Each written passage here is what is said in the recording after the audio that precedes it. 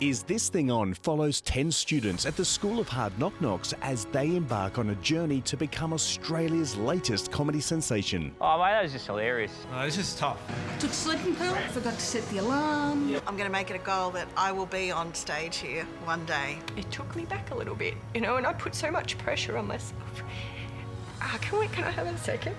Over 6 emotionally charged episodes, Glyn Nicholas and 6 of Australia's most accomplished comedians guide the students through a range of masterclasses and comedy-related excursions, providing them with the basic skills they'll need to perform in front of a live audience. For some, the experience will be unbearable. For others, euphoric.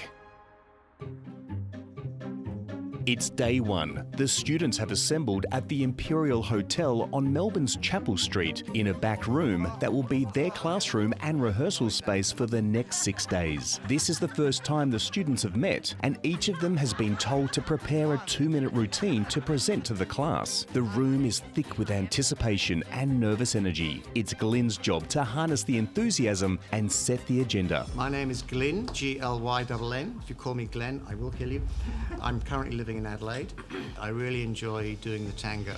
I'm Judy, I'm from Keilor and I like computer games. My name's Grant, I'm from Melbourne, I enjoy sailing. I'm Stacey, I'm from Sydney, grew up in Melbourne though, Frankston. Okay. I'm Steve from Melton and I enjoy football. And 1, 2, 3, 4, 5, 6, 7.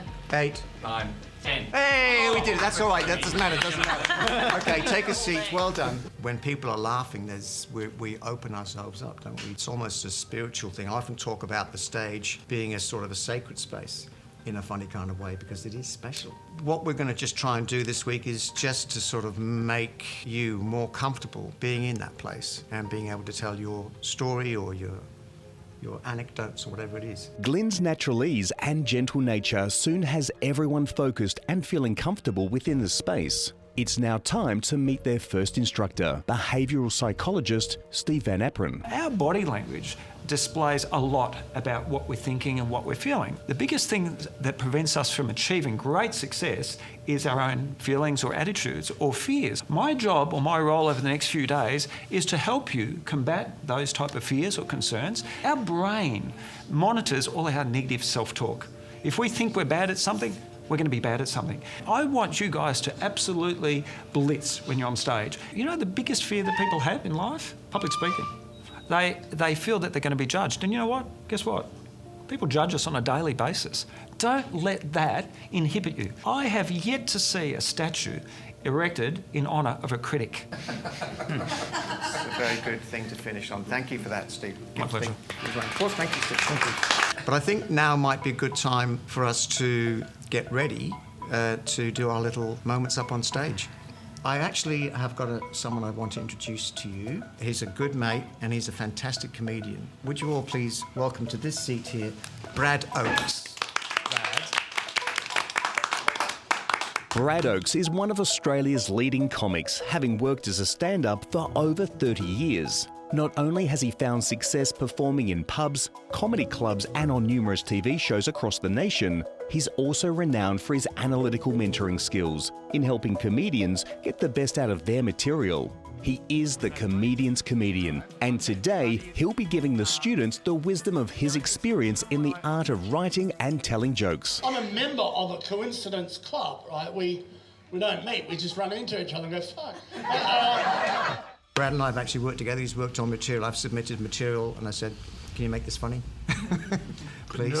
So a good I'm not quite as nice as Glyn, so don't take offence if I say anything that you feel is negative. I'm just trying to short-circuit any bad habits. The thing about Brad is that it comes from a good place. You know you're going to get critics, and you can tell by the way their language. It's such a bad recommendation.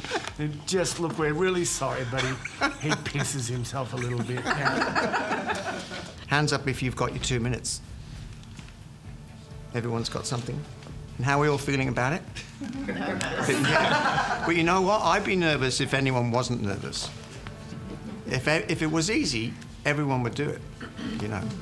And I'm sure you've all met people who think that they're funny, but get them up on stage for 2 minutes and see how funny they are then. Have you ever had a conversation with someone and you say, I'm nervous, and they say, I'm nervous too, and then it becomes kind of a competition? My name is Lee, and yes, I'm an Asian person. You know, I get punched in the face a lot. Tinder?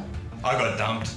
Pulled the ripcord and nothing happened. Because back in my younger days, when I was religious, I actually started training to be an Anglican priest. Happily married. I'm in a same-sex marriage. My wife and I have been having the same fucking sex for 22 years.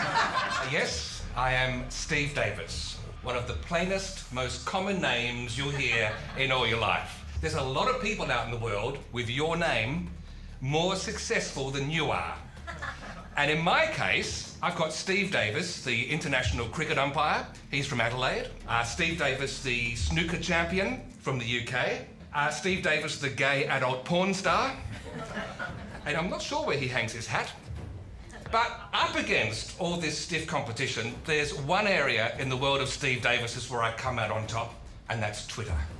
Because I got there first, and I got the username @SteveDavis.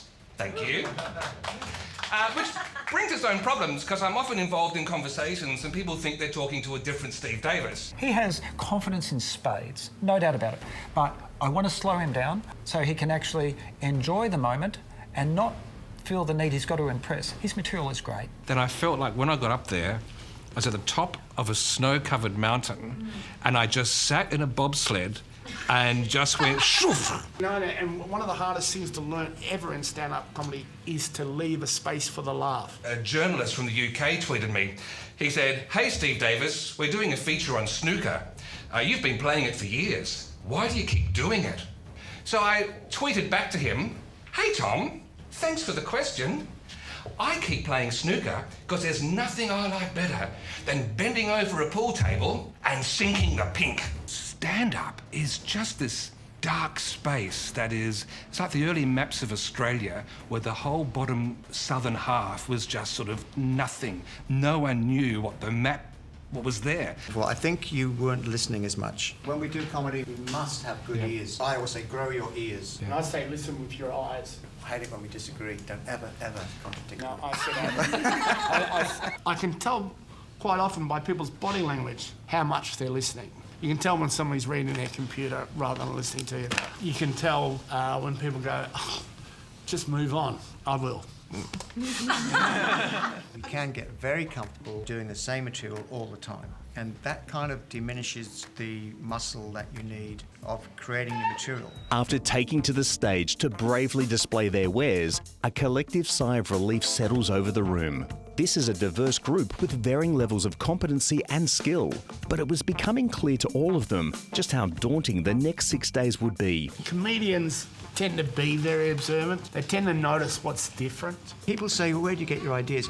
And what if I run out of material? You'll never run out of material. You're born creative. Brad and Glenn spoke candidly to each performer, offering years of wisdom and advice, and the students hung on every word. There's always the risk of someone getting offended. If you're not potentially offending someone, I don't think it can be funny.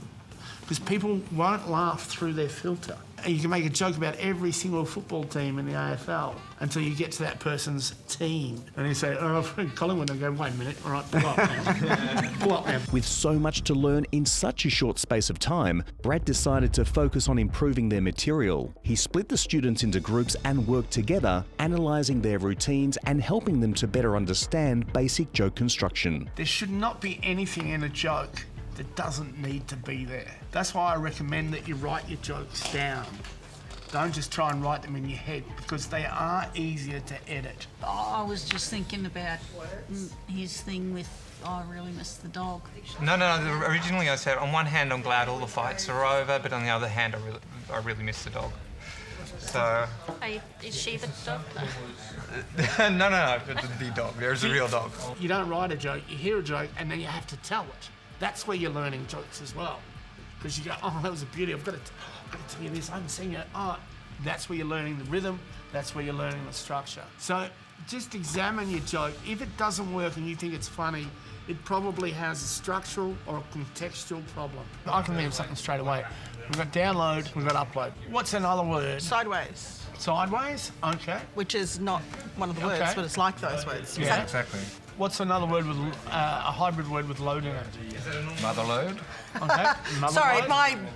Sorry. Motherload. So there you've done. But that's still computers, isn't it? Oh no, that's motherboard. That's motherboard. Yeah. See, this is where context audience didn't get it. So then what you do is you just go, well, how can we put this into the context of the joke? You know? So, you know, I had to upload some stuff. Well, I'm here, I might as well download some porn. And next thing I know, bang, motherload, right? Okay. Oh, yeah, right, got it, yeah. Beautiful. Okay. You should do this for a living. There's another word with load in it, which is a hybrid word. Okay. What do you do when you get rid of something? Oh, offload. Offload. Okay, so you've got download, upload, offload. You go, well, why would I offload? Well, if I didn't have any success with my upload, or I didn't have any success with my download, that would lead to, well... throwing the computer out the window. Okay, this is generally what jokes have in common. They have one of these qualities. Something went wrong, an unfulfilled expectation, a criticism of something, and it's trickery.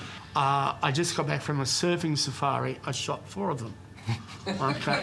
Now, the trickery inherent in the surfing safari joke is that you focus on surfing, but in fact, I've focused on safari. Next time on Is This Thing On, the students begin to realise just what a massive undertaking they have embarked on, and the first signs of stress begin to creep into the group. I'm a good friend of Eurydice. Glyn challenges each performer to create and deliver new material, and guest comedian Mayumi Nabetsu takes the class out of their comfort zone with a challenge designed to flex their creative muscle and strengthen their intestinal fortitude. Oh, jeez.